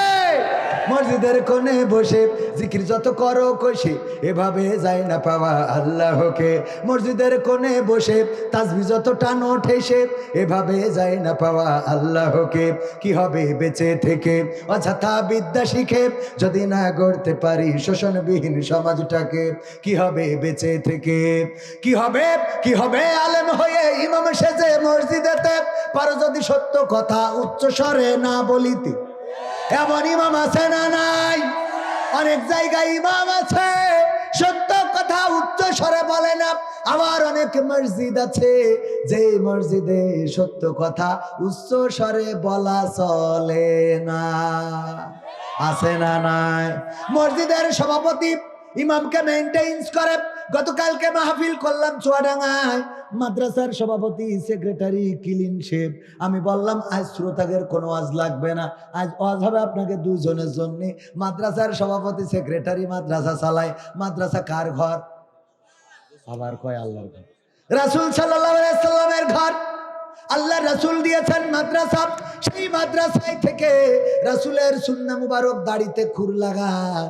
আর মাদ্রাসার সভাপতি সেক্রেটারি সেই যে বসে আছেন, এইটা হবে নারী, ঠিক না বেঠে? মসজিদের সভাপতিকে মাগরিবের নামাজ পড়াতে দেবেন, জুম্মার দিন ইমাম নাই, বলবেন যে খুতবাটা পড়াই দেন, আমরা নামাজটা পড়ি নেব। ও বলবে কি ওর খুতবা পড়াই দিলে শয়তান ওই এলাকা ছেড়ে চলে যাবে। কারণ বলবে ও যে যা পড়াবে আমার ধৈর্য খুলাবে না, তুই পড়া আমি গেলাম, ঠিক না বেঠে? ও আমার ভাইরা, এই মসজিদের সভাপতি এমন অনেকেই আছে কোরআন জানে না, কোরআন বোঝে না। আবার ইমামদেরকে বলে হুজুর রাজনীতি কিন্তু চলবে না, ইমামতি যদি করতে হয় আপনি কোরআন হাদিসের ভিত্তিতে কথা বলবেন, কোন রাজনীতির দিকে যাবেন না। হুজুর গো অনেকদিন ধরে মুসার জীবনী শুনি নাই, আজকে একটু মুসার জীবনী নিয়ে আলোচনা করবেন। আলোচনা করার পরে ইমাম সাহেবকে ডাকতেছে, হুজুর এইদিকে আসেন। কি হয়েছে? ওরে হুজুর, আপনার বললাম মুসার জীবন নিয়ে আলোচনা করতে, আপনি করলেন ডাকি। কয় আমি তো মুসার কথাই বললাম। কয় মুসার কথা বলেছেন? আমি তো সারা ওয়াজ জুড়ি দেখলাম ফিরাউনে নিয়ে পড়ে আছে। আর ফিরাউনের কথা, কয় মুসার কথা বলতে গেলে ফিরাউনের কথা তো অটোমেটিক আসে। কয় আসবে, ভালো কথা, কিন্তু আপনি দেখলাম যখনই ফিরাউনের কথা বলছিলেন আমার দিকে তাকাচ্ছিলেন। সমস্যা আছে না? ফিরাউনের কথা বলে ওর দিক তাকালো দোষ, তা তোর বোর দিকে তাকাবে শয়তান কোথাকার। এরকম মসজিদের ইমাম সভাপতি চলবে? মসজিদের কোণে বসে জিকির যত কর, কি হবে আলেম হয়ে ইমাম সেজে মসজিদেতে পারো যদি সত্য কথা উচ্চ স্বরে না বলিতে, চাকরির ভাই করো যদি ছেড়ে দাও ইমামতি, চাকরির ভাই করো যদি ছেড়ে দাও ইমামতি। কি হবে ধোকা দিয়ে আল্লাহকে, কি হবে ধোকা দিয়ে আল্লাহকে, কি হবে বেঁচে থেকে অযথা বিদ্যা শিখে যদি না গড়তে পারি শোষণবিহীন সমাজটাকে, কি হবে বেঁচে থেকে। কি হবে নেতা হয়ে জনবলে ঘাড় ফুলিয়ে আপনার 0 পয়েন্ট গরম দেখে যদি থাকো ঘরে শুয়ে, কি হবে নেতা হয়ে জনবলে ঘাড় ফুলিয়ে নয়া পল্টন গরম দেখে যদি থাকো ঘরে শুয়ে। এর চেয়ে সেজে গুজে ভিলেনের সঠিক পোজে দিয়ে দাও অভিনয়ে জীবনটাকে, দিয়ে দাও অভিনয়ে জীবনটাকে। কি হবে বেঁচে থেকে অযথা বিদ্যা শিখে যদি না গড়তে পারি শোষণবিহীন সমাজটাকে, কি হবে বেঁচে থেকে। কি হবে, কি হবে পুরুষ হয়ে জন্ম নিয়ে বাংলাদেশে যদি যাই ক্ষমতাটা ঘুরে ফিরে নারীর হাতে, কি হবে পুরুষ হয়ে জন্ম নিয়ে এই দেশেতে যদি যাই ক্ষমতাটা ঘুরে ফিরে নারীর হাতে। কি বা জবাব দেবে, কিভাবে মুখ দেখাবে, কি বা জবাব দেবে, কিভাবে মুখ দেখাবে আমাদের আগামী সেই প্রজন্মকে, তোমাদের আগামী সেই প্রজন্মকে। কি হবে বেঁচে থেকে অযথা বিদ্যা শিখে যদি না গড়তে পারি শোষণবিহীন সমাজটাকে, কি হবে বেঁচে থেকে। কি হবে আকাশ ছোঁয়া বিলাসবহুল বাড়ি গাড়ি না খেয়ে কত মানুষ পরপারে দিচ্ছে পাড়ি, কি হবে আকাশ ছোঁয়া বিলাসবহুল বাড়ি গাড়ি না খেয়ে কত মানুষ পরপারে দিচ্ছে পাড়ি। আজরাইল আসবে যবে মাটিতেই পড়ে রবে, আজরাইল আসবে যবে মাটিতেই পড়ে রবে, কোনো কাজে লাগবে না ওই প্রাসাদটাকে, কোনো কাজে লাগবে না ওই প্রাসাদটাকে। কি হবে বেঁচে থেকে অযথা বিদ্যা শিখে যদি না গড়তে পারি শোষণবিহীন সমাজটাকে, কি হবে বেঁচে থেকে। আইনুদ্দিন আল আজাদ রাহিমাহুল্লাহ সঙ্গীতটা লিখেছেন 2000 সালের দিকে, আর আজকে 25 সাল, এখনো মনে হয় যেন গতকাল লিখেছে। এই শোষণ মুক্ত সমাজ যদি কায়েম করতে হয় কোরআনের আইন কায়েম করতে হবে। ধর্ষক যদি হয়, কবির বিন সামাদ যদি ধর্ষণ করে প্রমাণিত হলে মাজা পর্যন্ত গেড়ে দিয়ে ইট পাথর মারা হবে। এটা দেখার পরে এলাকার মানুষ ভালো হয়ে যাবে। আমি যদি চোর থাকতাম, যশোরে চুরি করেছি, পাবনার লোক কি দেখেছে? না, দেখে নাই। কোরআনের আইন কায়েম পাবনায়। আমার যশোরে যদি চুরি করি ধরা খাইলে হাতের কবজি কেটে দিয়া, কবজি কাটার পরে এসে যদি ওয়াজ করতাম, বাবারায় আমার কেউ চুরি কইরো না, চুরি করলি এহকালে হাত কাটার পরকালে জাহান্নাম। আপনারা বলতেন হুজুর আপনার হাতের কবজি কই?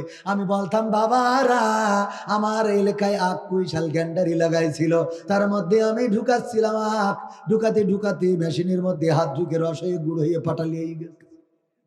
আপনারা বলতেন হুজুর এমন বুঝালি হবে না, আমরা পাবনা বলে মনে করেন না আমরা পাগল, বরং পাবনায় আমরা পাগল ভালো করি সারা দেশে সাপ্লাই দিই। ঠিক না বেঠে? আমরা অত পাগল না, বরং সারা দেশের পাগল পাবনায় নিয়ে এসে ঠিক করে দিই। আমরা বুঝতে পারিছি হুজুর আপনি যাই বলেন তাই বলেন, আপনি কিন্তু যশোরের চোর ছিলেন। ঠিক না বেঠে? হাতের কবজি দিল আর ভাইয়ের কাটা, কাতারে যাইয়ে চুরি করিয়েছে কাপড়, হাতের কবজি নাই। বাড়িতে এসে বললো হঠাৎ করে অ্যাক্সিডেন্ট ঘটে গেছে, বাস অ্যাক্সিডেন্ট করেছিলাম, একটা বাস আর একটা বাসের সাথে চাপা খেয়ে চলিয়ে গেছে, নেটওয়ার্কের বাইরে চলিয়ে গেছে। আপনারা বলতেন কাতারে যাইয়ে তুমি ঝাড়ি চাউরি। ঠিক না বে ঠিক? কোরআনের আইন কায়েম হলে কোনো ওয়াজ লাগবে না। ওই যে বলিস যে চার্জার, চার্জার আইফোনের চার্জার ফিরে কোনো হুজুরি দোয়া লাগবে না, লাগবে? ভালো কাজ যদি করেন, আমার আব্বার জন্য তো আমি কোনো হুজুর ডেকে এনে দোয়া করিনি, কারণ আমার আব্বার জন্য আমি যখন কবরের কাছে দাঁড়াই তখন অটোমেটিক আমার চোখ থেকে পানি পড়ে। আর বিশ্বনবী বলেছেন, যদি কেউ পিতামাতার কবরের কাছে দাঁড়ায় আর বলে রব্বির হামহুমা কামা রব্বায়ানি সগীরা, এই কথা বলে চোখের পানি যখন ছেড়ে দেয়, চোয়ালের উপরে আসার আগে আল্লাহর জন্য এই দোয়া কবুল করা ওয়াজিব হয়ে যায়। বলেন সুবহানাল্লাহ। সুতরাং আমার আর এই দেলোয়ার ভাই নিয়ে যে জিলেপি দিয়ে দোয়া করে নিতে হয় না, ঠিক না ভাই? ঠিক, অটোমেটিক হয়ে যায়। আব্বা একজন আলেম বানাই দিয়ে গেছে, একজন হুজুর বানাই দিয়ে গেছে, যার জন্য আব্বা কবরে বসে। আমিও দুটো ছেলে মাদ্রাসায় পড়াচ্ছি, যেন ওরা কবরে যাই আমার জন্য অন্তত জিলেপি কিনা না লাগে। কথা বলেন না? আর তোরা যারা জিলেপি কিনে আমাকে দোয়া নিস, আমাকে কি ওইটা দোয়া? দেলোয়ার ভাই বলছে আব্বার জন্য আমার দেলোয়ার ভাই আল্লাহ, আল্লাহ রে তুই ওর কান্দা দেখে দেলোয়ার ভাই যার 500 টাকা দিচ্ছে ওর 1500 টাকা দেয়। ও কি কান্দা হইল? কথা কয় না। আরে অন্যের বাবার জন্য নিজের চোখের পানি কি আসে? নিজের বাপের জন্য পড়তে না, তোর বাপের জন্য পড়বে, তুই ভাবলি কি করি? ও তো খালি আমরা ওই দুটো টাকার জন্য আর পয়সার জন্য এটা করি।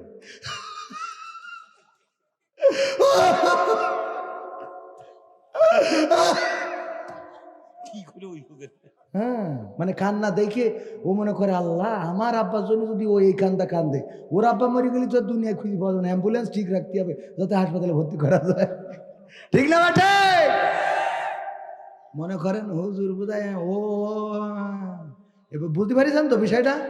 সব আমি এইভাবে বলবো, তাতে দাওয়াত দিলি দেবেন, না দিলি না দেবেন, তাই কি? দাওয়াত রিজিকের মালিক কিডা? খাওয়াই কিডা? পড়াই কিডা? আমার অনেকেই কয় গাড়িটা চালান, সাবধানে চালাবেন। আমি কই আমি তো সাবধানে চালাবো, কিন্তু যে আজরাইল আমার মারবো ও তো সাবধানে চালাবে না। কথা কয় না?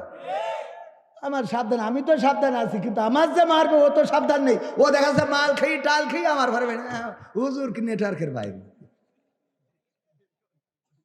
সুতরাং আমরা নিবেদিত থাকবো কার কাছে? মাথাটা সমর্পণ করব কার কাছে? ফজরের নামাজ যে পড়েছেন, ঈশার নামাজ যার আদায় হয়ে গেছে, দেলোয়ার ভাইয়ের ঈশার নামাজের ইমামতি, ইমাম ছিল উনি, তো এই আদায় হয়ে গেছে। এখন ঘুমাই যদি সকালে নেটওয়ার্ক পাইতে পাইলো, না পালি টাওয়ার চলে গেলে যাবে। ঈশার নামাজ তো পড়া রয়েছে। ফেরেশ কবরের মধ্যে যাওয়ার পরে ফেরেশতারা বলবে মান রব্বুকা মান দিনুকা মান নাবিয়ুকা। ও কেবল ঈশার নামাজ পড়ে এসে শুলাম, আবার কি? কথা কয় না। কবরে ঈশার নামাজ পড়ে শুয়েছে। আমি আমল নামা খুলিয়ে দেখ, আমি মরার একদম এই যে লাস্ট ঘুম দিয়েছি, তাও আমি ইমাম ছিলাম। আমি ইমাম কি? ঠিক বলছি তো? একজন মরে যাওয়ার সময় সন্তানকে বলছে আমি মরে গেলি, ওই পুরোনো কাপড়ের কাপড় এনে তো আমার কবর দিবে।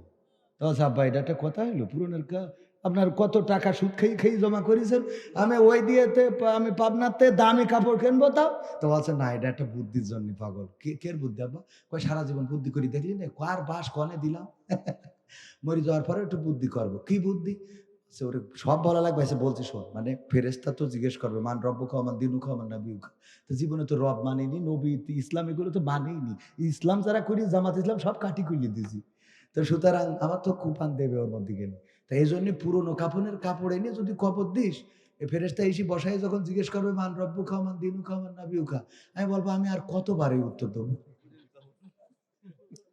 আমি আর কতবার দেবো? তো ফেরেশতারা বলবে কেন? কাফনের কাপড় দেখে বুঝতে পারছেন না?